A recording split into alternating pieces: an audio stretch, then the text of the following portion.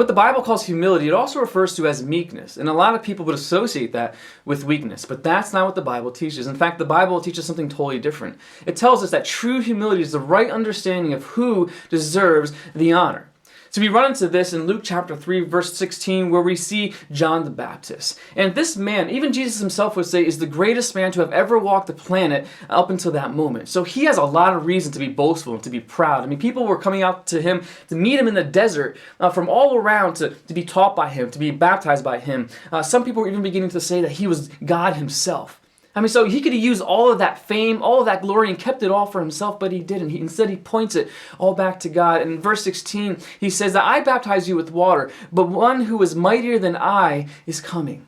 See, John uses his platform to point to Jesus, and that's exactly what we need to do. We need to understand that no matter how well we do at anything, the only reason that we have an ability, a gifting, is because God has given it to us. So as good as we do at school or work or sports or service or anything, it's only because God has given us the capacity to do so, so he deserves the honor. So on our platforms of fame or whatever we do well at, we need to use that platform to point back to Jesus. And that's today's Bible Munch. If you're hungry for more, don't forget to subscribe and use the comment section below as a personal journal space to write down your reflections on today's passage. That's it for me. It's time for you to open up God's Word and get munching.